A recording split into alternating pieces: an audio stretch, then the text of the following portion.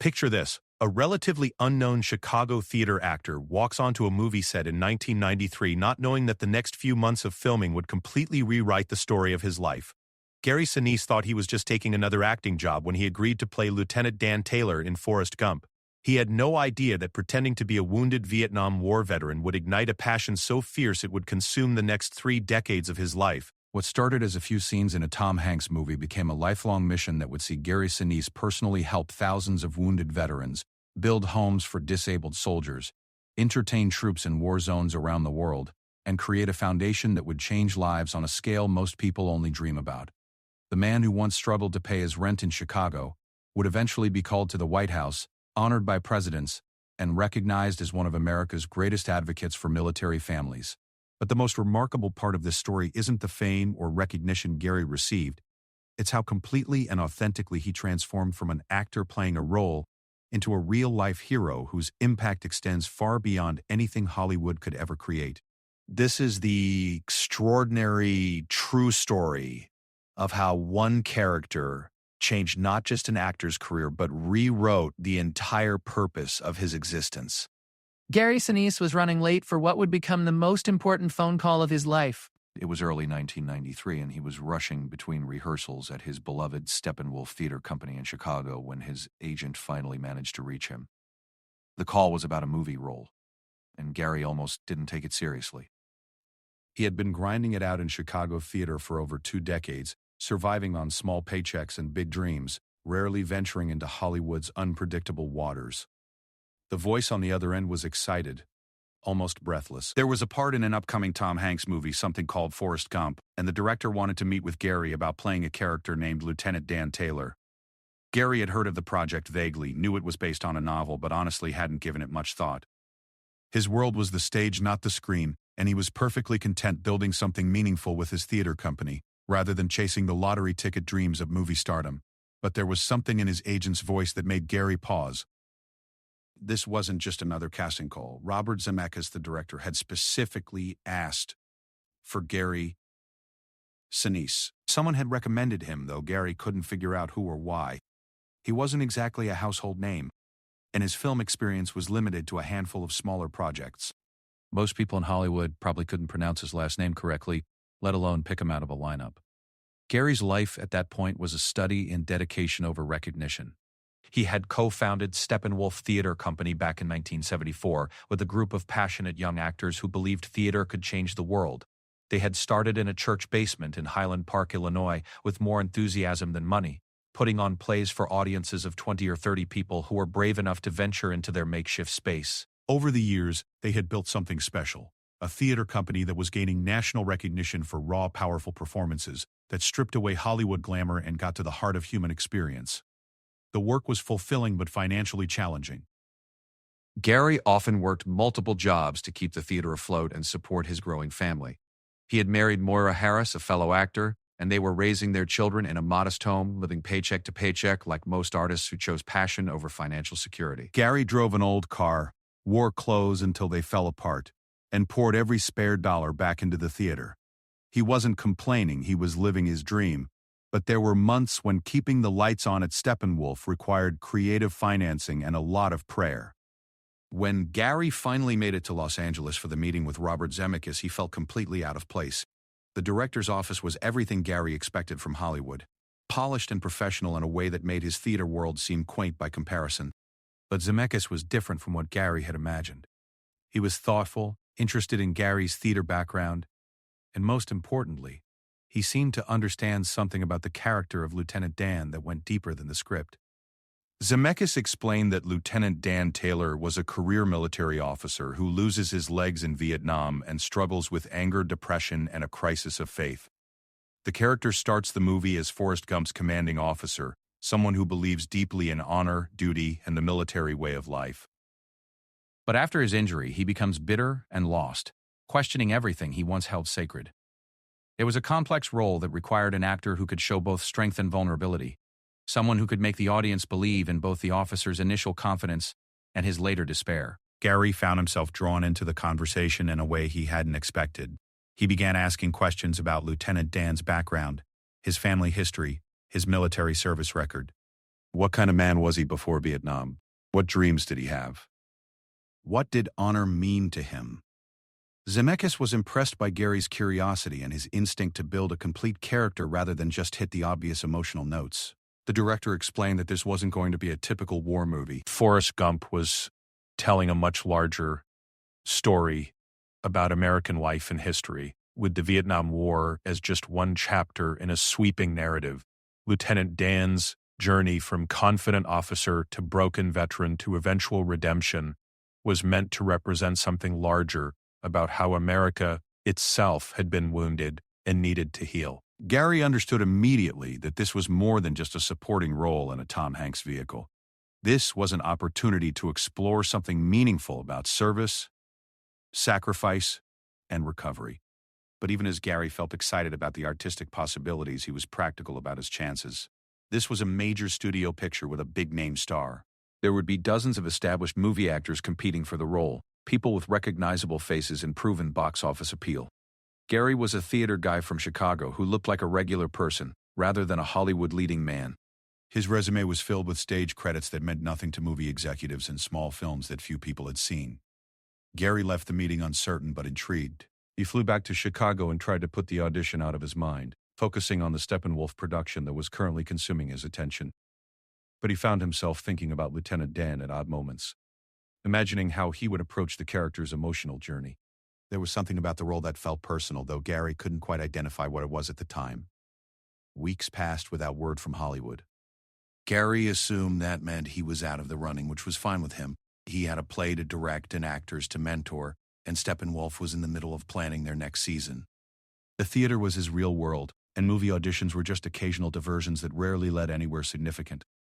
Then his agent called with news that would change everything. Gary Sinise had been cast as Lieutenant Dan Taylor in Forrest Gump. Robert Zemeckis had chosen the Chicago theater actor over dozens of more famous candidates because he saw something authentic in Gary's approach to the character. The director believed Gary could bring both the military bearing and the emotional depth that the role required, and he was willing to bet a significant portion of his movie budget on that instinct. Gary's first reaction was excitement, followed quickly by terror. This was Tom Hanks, one of the biggest stars in Hollywood, in a major studio production with a substantial budget. Gary would be working with the kind of resources he had never experienced, surrounded by professional crew members who had made dozens of successful films. It was the opportunity of a lifetime, but it was also completely outside his comfort zone. As he prepared to leave Chicago for several months of filming, Gary had no idea that he was about to begin a journey that would transform not just his career, but his entire understanding of his purpose in life. He thought he was simply taking a good acting job that would provide financial security for his family and maybe open some doors for future projects. He had no way of knowing that Lieutenant Dan Taylor was about to become more than just a character he played. The role would become a calling that would define the rest of his life and touch the lives of thousands of people he had never met. The last night before leaving for the film set, Gary sat in the empty Steppenwolf Theater where he had spent so many years honing his craft. He looked around at the simple stage and modest seating, thinking about all the stories they had told in that space and all the lives they had touched through their work. He felt grateful for everything theater had given him, but also sensed that he was about to embark on something completely different. He just had no idea how completely different it would turn out to be. Gary Sinise was about to discover that sometimes the most important roles an actor plays are not the ones they perform on stage or screen, but the ones they choose to live in real life. Lieutenant Dan Taylor was going to teach Gary lessons about service, sacrifice, and the true meaning of heroism that would reshape his understanding of what it meant to use his talents to make a difference in the world. The struggling theater actor from Chicago was about to become something he never expected, a voice for America's wounded warriors, and a living example of how one person's commitment can change countless lives. The transformation began the moment Gary Sinise stepped onto the Forrest Gump set. Everything about the production was bigger, more complex, and more meticulously planned than anything he had experienced in his theater world. But what struck Gary most profoundly was not the Hollywood machinery surrounding him, but the weight of responsibility he felt toward the character he was about to portray. Gary understood that Lieutenant Dan Taylor was not just a fictional character. He represented thousands of real veterans who had returned from Vietnam wounded, angry, and struggling to find their place in a society that seemed to have moved on without them. Gary had grown up during the Vietnam era, and he remembered the controversial homecomings, the protests, and the way many veterans were treated with indifference or even hostility. Playing Lieutenant Dan meant honoring their experience and telling their story with the respect and authenticity it deserved. To prepare for the role, Gary immersed himself in research about the Vietnam War and its aftermath. He read military histories, personal memoirs, and medical journals about combat injuries and amputation. He visited Veterans Administration hospitals and spoke with doctors, nurses, and social workers who worked with disabled veterans. Most importantly, he began meeting with Vietnam veterans who had lost limbs in combat, listening to their stories and learning about the physical and emotional challenges they faced. These conversations changed Gary in ways he had not anticipated. He met men who had been teenagers when they were drafted or enlisted, kids from small towns and big cities who had gone to Vietnam believing in their mission and their country. They had served with courage and honor, often under incredibly difficult circumstances, and many had paid a terrible price for their service. But what struck Gary most was not their bitterness, though some certainly felt that, but their resilience and their continued love of country despite everything they had endured. One veteran Gary met had lost both legs to a landmine and spent 2 years in military hospitals learning to walk again. He told Gary about the rage he felt when he first realized the extent of his injuries, how he had cursed God and country and everyone who tried to help him. But he also talked about the gradual process of rebuilding his life, finding new purpose and discovering that his value as a human being was not diminished by his physical limitations. His story became a template for Gary's understanding of Lieutenant Dan's emotional journey. Another veteran shared his experience of coming home to a country that seemed to want to forget the war had ever happened. People didn't know what to say to him, so they often said nothing at all. He felt invisible, forgotten, and abandoned by the very society he had served. Gary realized that Lieutenant Dan's anger was not just about his personal injuries, but about feeling discarded and unappreciated by his country. The character's journey toward healing would have to address both the physical and emotional wounds of war. Gary also began learning about the technical aspects of portraying a double amputee. The film's special effects team, led by Industrial Light and Magic, was developing groundbreaking techniques to digitally remove Gary's legs in post-production. But Gary needed to understand how a person with prosthetic legs would move, sit, and navigate the world. He worked with physical therapists and amputee consultants who taught him about the realities of living with artificial limbs. The physical preparation was challenging and sometimes painful. Gary had to learn to walk with prosthetic legs for the scenes where Lieutenant Dan has adapted to his new reality. The prosthetics were heavy and uncomfortable, and learning to move naturally while wearing them required hours of practice. Gary also had to master the art of moving in a wheelchair, understanding that Lieutenant Dan would use it not just for transportation but as a symbol of his independence and stubborn refusal to be pitied. But the emotional preparation was even more demanding. Gary had to find Lieutenant Dan's rage without letting it consume him, and then trace the character's path toward acceptance and renewal. The script gave him the basic framework, but Gary knew he needed to understand the psychology of trauma and recovery to make the performance authentic. He read extensively about post-traumatic stress disorder, survivor guilt, and the grieving process that follows life-changing injuries. Gary discovered that many veterans went through predictable stages after losing limbs in combat.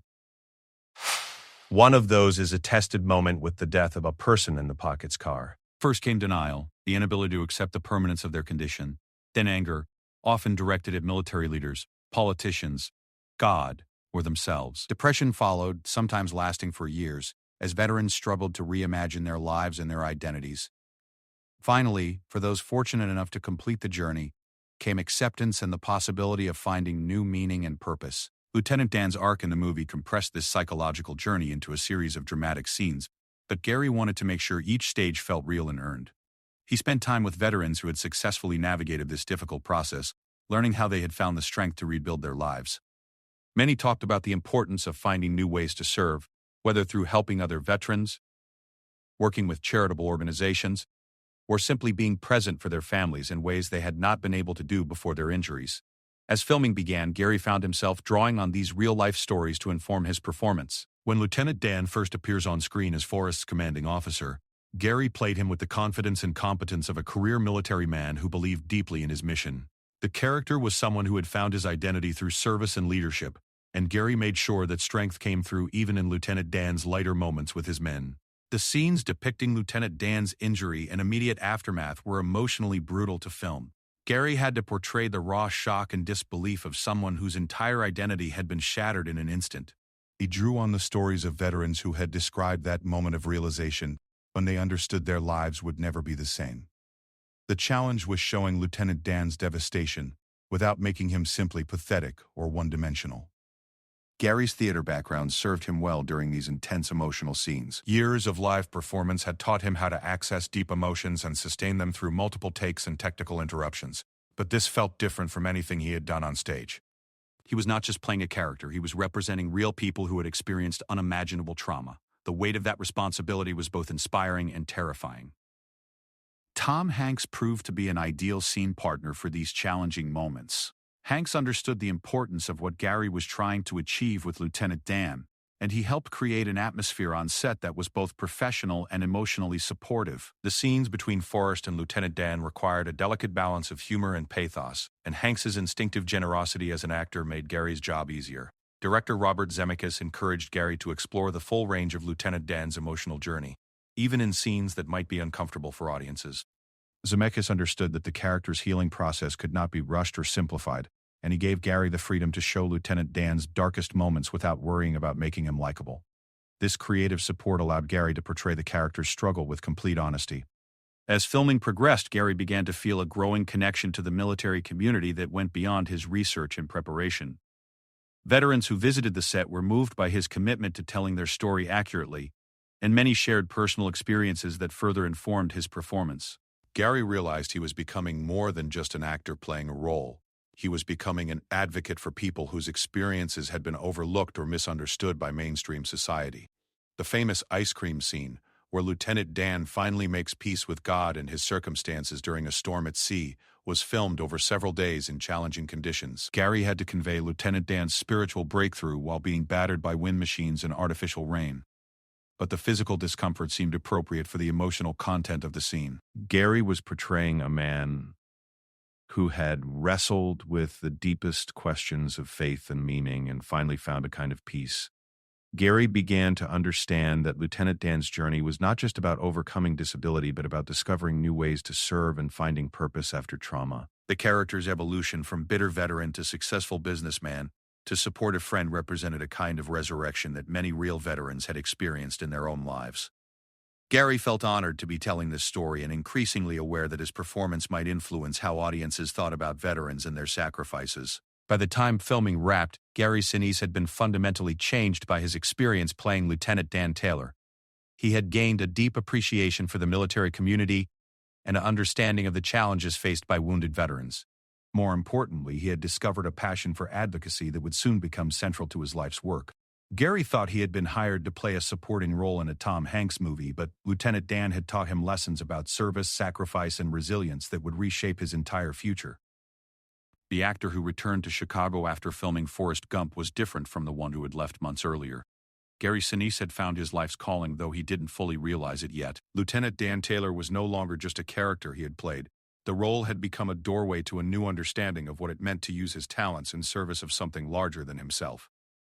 When Forrest Gump opened in theaters on July 6, 1994, Gary Sinise had no idea that his life was about to change forever. He had returned to Chicago after filming, thrown himself back into his work at Steppenwolf Theater, and tried to maintain some normalcy while waiting to see how audiences would respond to the movie. Gary had been in enough productions to know that you never could predict which projects would connect with the public, so he kept his expectations modest and his focus on his theater work. But from the very first screenings, it became clear that Forrest Gump was going to be something special. Audiences were not just entertained by the movie, they were deeply moved by it. And Lieutenant Dan Taylor, the bitter veteran who finds redemption through friendship and perseverance, struck a chord that surprised everyone involved with the production. Gary began receiving letters from veterans and their families, thanking him for portraying their experiences with dignity and authenticity. The first letter that really affected Gary came from a Vietnam veteran in Texas who had lost his legs in 1969. The man wrote that he had avoided all Vietnam movies for decades because they either glorified war or depicted veterans as damaged and dangerous. But Lieutenant Dan was different. The character's journey from anger to acceptance felt real to him, and for the first time since returning from Vietnam, he felt like someone in Hollywood understood what he and his fellow veterans had experienced. More letters followed, each one carrying a personal story of service, sacrifice, and survival. Gary read about young men who had been drafted out of high school and returned home to face indifference or hostility. He learned about families torn apart by the invisible wounds of war. and about veterans who had spent decades trying to find their place in a society that seemed to have moved on without them. But he also read about resilience, about men and women who had rebuilt their lives after unimaginable trauma, and about the bonds of brotherhood that sustained them through their darkest moments. What struck Gary most powerfully was how many of these letter writers saw Lieutenant Dan not as a fictional character, but as someone who represented their own experiences. They thanked Gary not just for his performance, but for helping to tell their stories to a wider audience. Many mentioned that their families and friends had watched the movie and finally begun to understand something about what they had been through.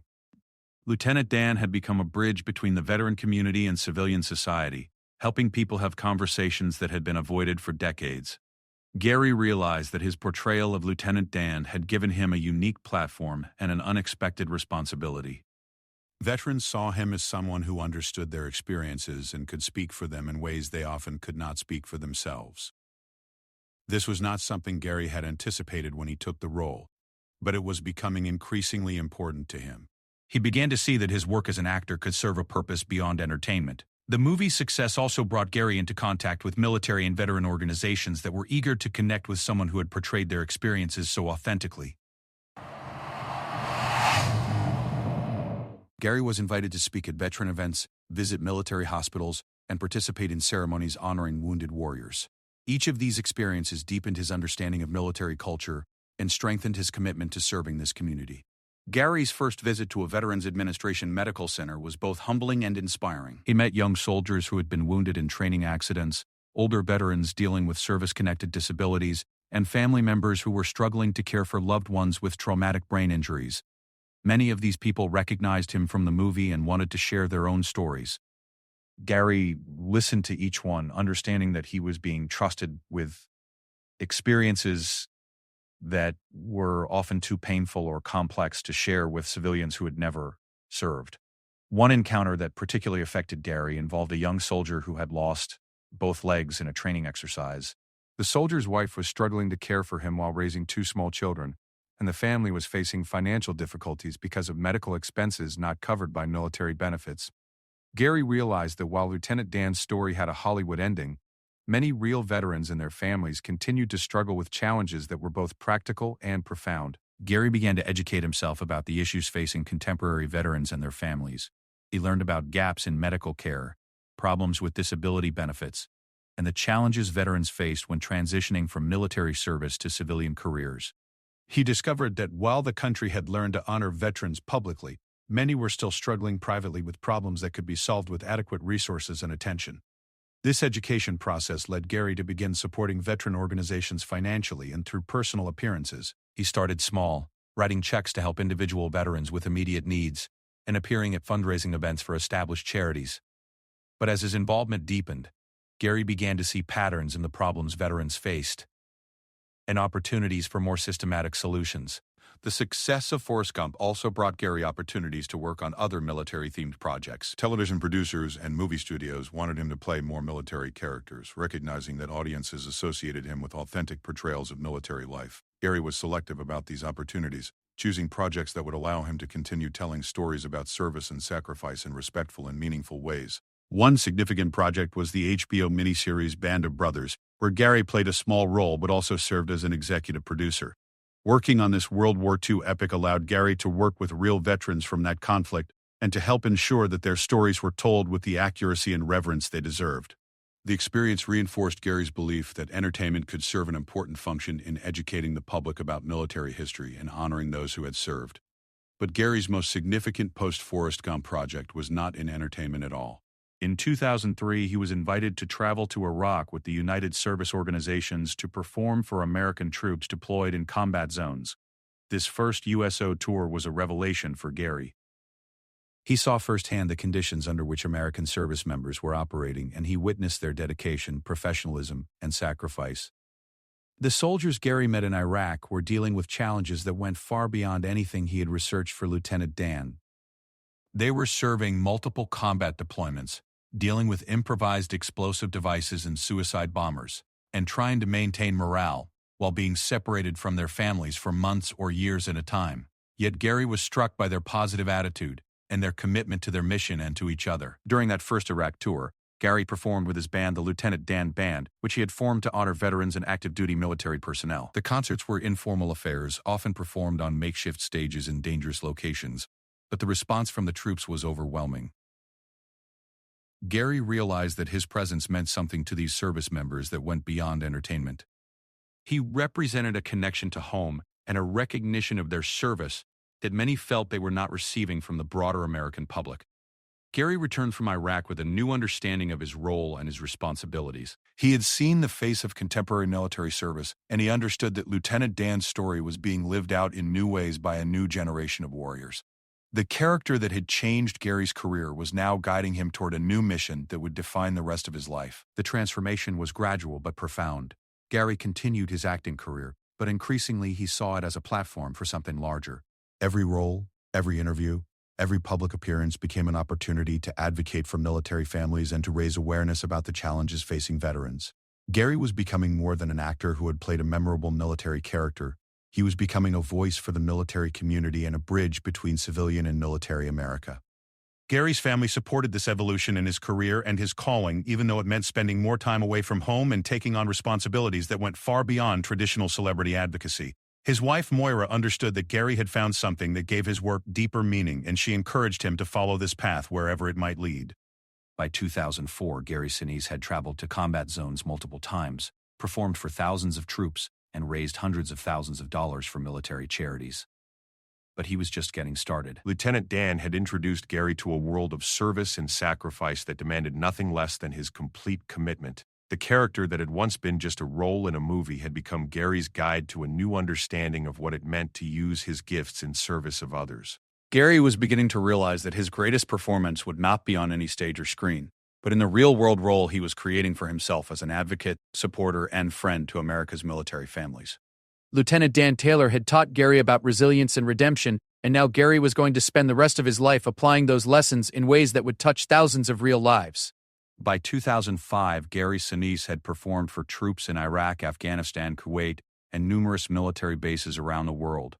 What started as occasional USO tours had evolved into a regular commitment that was reshaping how Gary viewed his career and his purpose. The Lieutenant Dan Band was becoming famous in military circles, and Gary was receiving invitations to perform at military events almost every week. But as his involvement with the military community deepened, Gary began to see needs that went far beyond entertainment and morale-boosting concerts. The letters Gary received from military families had evolved from simple thank you notes to detailed accounts of struggles that kept him awake at night.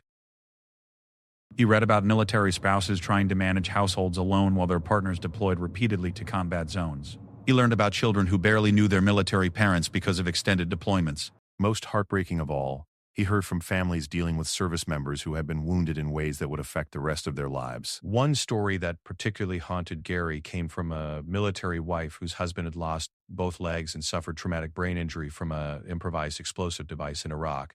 The soldier was receiving excellent medical care, but the family was struggling with basic needs, like housing modifications, transportation, and child care, while the wife spent long hours at the medical center. The woman wrote that she felt forgotten by a country that claimed to support the troops but seemed unaware of the practical challenges facing military families dealing with severe combat injuries. Gary began to understand that while Americans had learned to say thank you for your service, many had little understanding of what that service actually cost military families. The gap between public support and private reality was enormous, and Gary felt compelled to do something about it. He started by helping individual families with immediate needs, writing personal checks to help with rent, utilities, and medical expenses not covered by military benefits. But Gary quickly realized that individual assistance, while important, was not going to address the systematic problems he was seeing. Military families needed sustained support, advocacy, and resources that went far beyond what any individual celebrity could provide. Gary began researching existing military charities to understand how he could best contribute to solutions rather than just treating symptoms. What Gary discovered was both encouraging and frustrating. There were many excellent organizations working to support military families, but coordination between them was often poor, and many were struggling with limited resources and public awareness. Gary also found that some military charities were more focused on fundraising and publicity than on actually helping military families. He began to envision a different approach, one that would focus relentlessly on impact and accountability.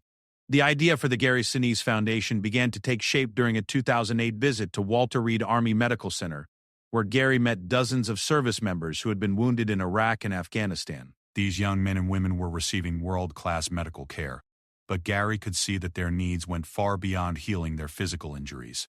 They needed hope, purpose, and practical support as they rebuilt their lives around new realities.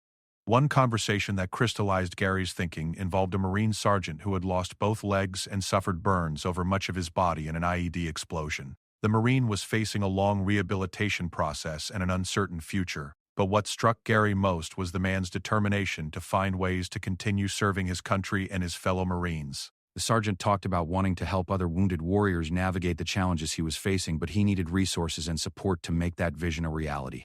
Gary realized that wounded veterans like this Marine represented an incredible untapped resource for helping others in similar situations. They understood the challenges of combat injury and recovery in ways that civilian supporters, no matter how well-intentioned, simply could not. Gary began to envision programs that would harness the experience and dedication of wounded veterans to help others while providing meaningful purpose for their own lives. In 2011, Gary officially launched the Gary Sinise Foundation with a mission to serve and honor America's defenders, veterans, first responders, and their families.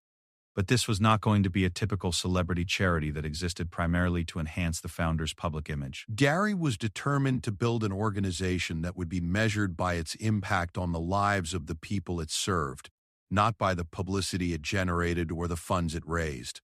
The foundation's first major initiative was the RISEA program, which stood for Restoring Independence and Supporting Empowerment. The program was designed to build specially adapted smart homes for severely wounded veterans, providing them with living environments that accommodated their injuries while promoting independence and dignity. Gary had visited too many wounded veterans living in homes that were not equipped for their disabilities, forcing them to depend on family members for basic tasks and limiting their ability to rebuild their lives. The first RICA home was built for Army Staff Sergeant John Kreisel, who had lost both legs in Iraq and was struggling to navigate his family's two-story home. Gary worked with architects and contractors to design a house that would allow John to move freely, care for his children, and maintain his independence while accommodating his prosthetic legs and wheelchair. The project took months of planning and hundreds of thousands of dollars, but when John and his family moved into their new home, Gary knew he had found his true calling. The impact of that first smart home went far beyond providing shelter for one family. John Kreisel became an advocate and motivational speaker, using his new independence to help other wounded veterans. His wife was able to return to work, knowing that John could safely care for their children and manage their household. Their children had a father who was fully present and engaged in their lives, rather than limited by an environment that emphasized his disabilities rather than his capabilities. Gary understood that building smart homes was expensive and time-consuming, but he also saw that the investment paid dividends that went far beyond the immediate beneficiaries. Wounded veterans who received these homes often became leaders in their communities, advocates for other veterans, and examples of resilience that inspired everyone around them. Gary was not just providing housing. He was investing in human potential and creating multiplier effects that would benefit countless others. The Foundation's second major initiative was the Relief and Resiliency Program, which provided emergency financial assistance to military families facing unexpected hardships. Gary had learned that military families often live paycheck to paycheck, and that unexpected expenses related to deployments, injuries, or family emergencies could quickly create financial crises. The program was designed to provide immediate assistance while connecting families with longer-term resources and support. Gary insisted that the Relief and Resiliency Program operate with minimal bureaucracy and maximum speed. Military families in crisis needed help within days, not weeks or months. The Foundation developed streamlined application processes and empowered staff to make quick decisions about assistance. Gary wanted military families to experience the same rapid response they provided when their country called on them to serve. The Foundation also expanded Gary's entertainment work through the Soaring Valor program, which brought World War II veterans to Washington, D.C., to visit the memorials built in their honor. Gary had been moved by the stories of elderly veterans who had never had the opportunity to see the monuments celebrating their service and sacrifice. Many of these men were in failing health and facing financial constraints that made travel difficult. The program covered all expenses and provided medical support to ensure that veterans could make the trip safely and comfortably.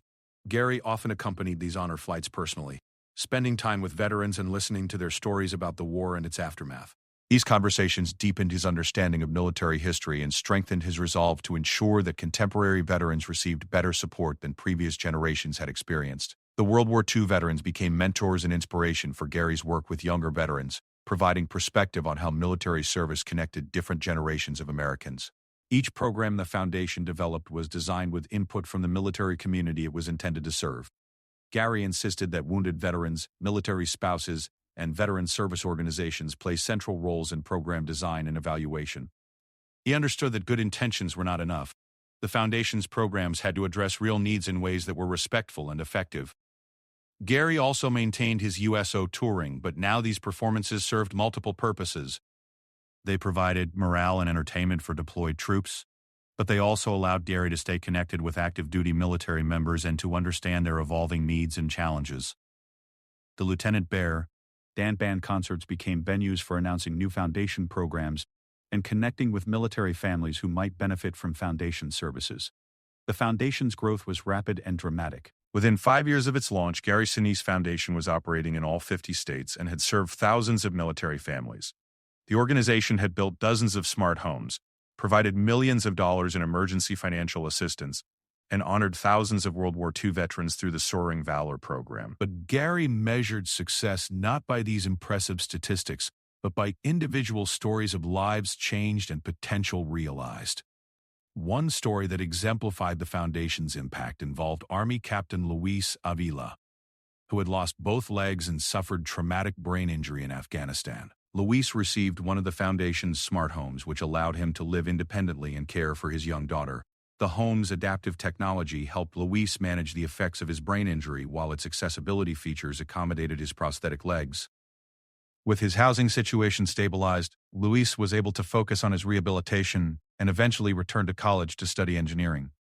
Luis's story became a template for how the Foundation's comprehensive approach could transform lives. The smart home provided the physical foundation for independence, but the Foundation also connected Luis with educational resources, career counseling, and a network of other wounded veterans who had successfully navigated similar challenges. Luis eventually became a volunteer with the Foundation, using his experience to help other wounded veterans and their families. Gary realized that Lieutenant Dan's fictional journey from wounded warrior to successful civilian was being replicated in real life by the veterans his Foundation served.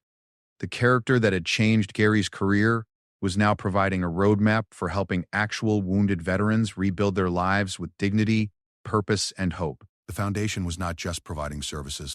It was helping to write new chapters in the ongoing American story of service, sacrifice, and resilience. As Gary Sinise entered his 70s, he could look back on a transformation that seemed almost impossible to believe. The struggling Chicago theater actor who had once worried about paying rent had become one of America's most respected advocates for military families. A man whose Foundation had touched tens of thousands of lives and whose personal commitment to service had inspired countless others to get involved in supporting veterans. The numbers told part of the story, but only part. By 2023, the Gary Sinise Foundation had built more than 100 specially adapted smart homes for severely wounded veterans. The Relief and Resiliency Program had provided over $20 million in emergency financial assistance to military families facing crises. The Soaring Valor program had honored more than 10,000 World War II veterans with trips to see the memorials built in their honor. The Lieutenant Dan Band had performed more than 500 concerts for military audiences around the world, often in dangerous locations where few entertainers were willing to go. But the real measure of Gary's impact could not be captured in statistics. It lived in the stories of individual families whose lives had been transformed by his Foundation's work, in the wounded veterans who had found new purpose and independence, and in the ripple effects that spread far beyond any single program or initiative. Take the story of Marine Corporal Todd Love, who had lost both legs and suffered severe burns in an IED explosion in Afghanistan. Todd received one of the Foundation's smart homes in 2018, a specially designed house that accommodated his disabilities while allowing him to live independently and care for his young son. The home featured voice-activated lighting and temperature controls, accessible bathrooms and kitchen facilities, and a workshop where Todd could pursue his interest in woodworking. The smart home gave Todd more than just a place to live. It gave him back his role as a father and provider. He was able to care for his son without assistance, pursue a college degree in business administration, and start a small woodworking business that employed other disabled veterans. Todd's success inspired his neighbors and community members to become more involved in supporting local veterans, creating a network of support that extended far beyond what the foundation had initially provided. Stories like Todd's multiplied across the country as the foundation's programs matured and expanded. Gary began to see that his organization was not just helping individual families but was contributing to a broader cultural shift in how America understood and supported military service. The Foundation's work was helping to bridge the gap between civilian and military America, creating connections and understanding that had been missing since the end of the draft. Gary's own role had evolved as well. While he continued to act and perform, his primary identity had shifted from entertainer to advocate. He spent more time visiting military hospitals than movie sets, more time planning foundation programs than rehearsing scripts. The transformation had been gradual but complete, and Gary had no regrets about the path his life had taken. The foundation's success had also attracted the attention of government leaders and policymakers who recognized Gary as a credible voice on military and veteran issues. He testified before Congress about gaps in veteran services, advised government agencies on program development, and worked with other advocacy organizations to push for policy changes that would benefit military families. Gary's Hollywood background made him an effective communicator, but his deep knowledge of military issues and his obvious personal commitment gave him credibility that went far beyond celebrity advocacy. One of Gary's most significant policy victories involved advocating for improved mental health services for veterans. Gary had seen too many service members struggle with post-traumatic stress disorder, depression, and other invisible wounds of war. He used his platform to raise awareness about military suicide rates and to push for better funding and access to mental health care. Gary's advocacy helped secure additional resources for veteran mental health programs and reduced some of the stigma around seeking help for psychological injuries. Gary also became a vocal advocate for military families, highlighting the challenges faced by military spouses and children who sacrificed alongside their service members. He pushed for better support for military families during deployments, improved educational opportunities for military children, and career development programs for military spouses whose careers were often disrupted by frequent moves and deployments. Gary understood that military service was a family commitment, and he worked to ensure that the entire military family received appropriate recognition and support. The Foundation's work during the COVID-19 pandemic demonstrated both its flexibility and its commitment to the military community. When lockdowns and social distancing measures threatened to isolate elderly veterans, the Foundation quickly developed new programs to provide virtual companionship and support. When military families faced unexpected financial hardships due to pandemic-related job losses, the Foundation expanded its emergency assistance programs. Gary personally participated in virtual concerts and events to maintain morale and connection with the military community during a time of unprecedented isolation. Gary's commitment to military families also extended to first responders, recognizing the similarities between military service and the work done by police officers, firefighters, and emergency medical personnel.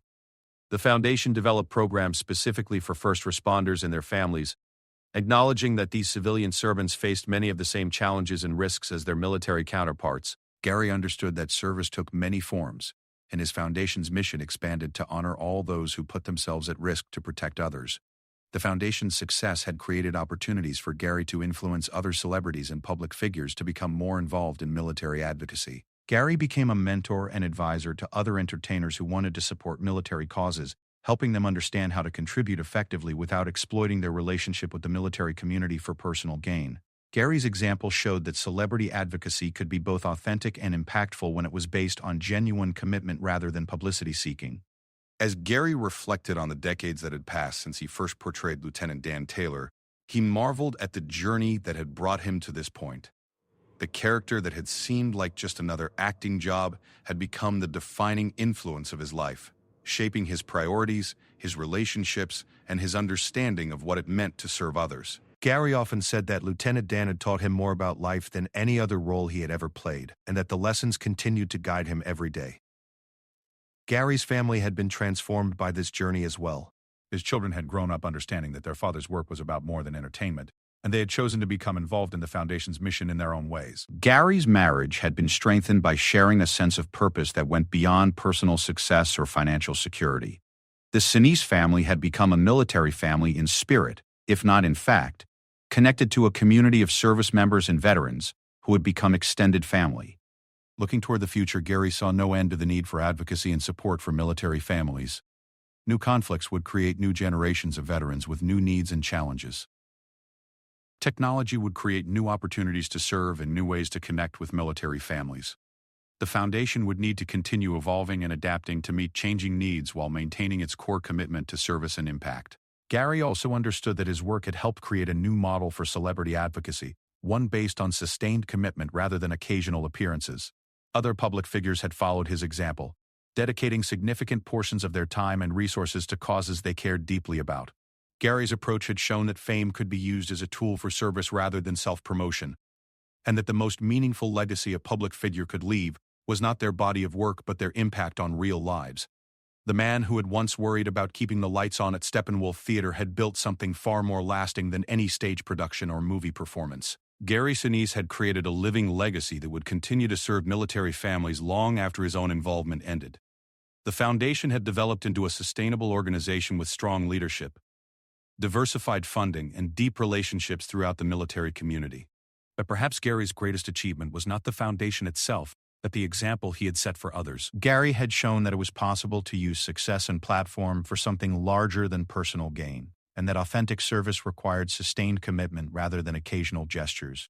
He had demonstrated that the most important roles anyone could play were not on stage or screen, but in real life, in service to others who had sacrificed for causes larger than themselves. Lieutenant Dan Taylor had been a fictional character, but Gary Sinise had spent 30 years making that character's journey real through his own life and work. The wounded veteran who found purpose and redemption through service had become a template for Gary's own transformation from actor to advocate, from entertainer to servant leader. In living out Lieutenant Dan's story, Gary had created his own extraordinary American story, one that would inspire others to find their own ways to serve and make a difference in the world. The Chicago theater actor who had taken a role in a Tom Hanks movie had become something he never expected to be, a living example of how one person's commitment to service could change thousands of lives and create ripple effects that would extend far into the future. Gary Sinise had found his life's true calling by following the path that Lieutenant Dan Taylor had shown him, and in doing so, he had created a legacy that would outlast any performance he had ever given on stage or screen.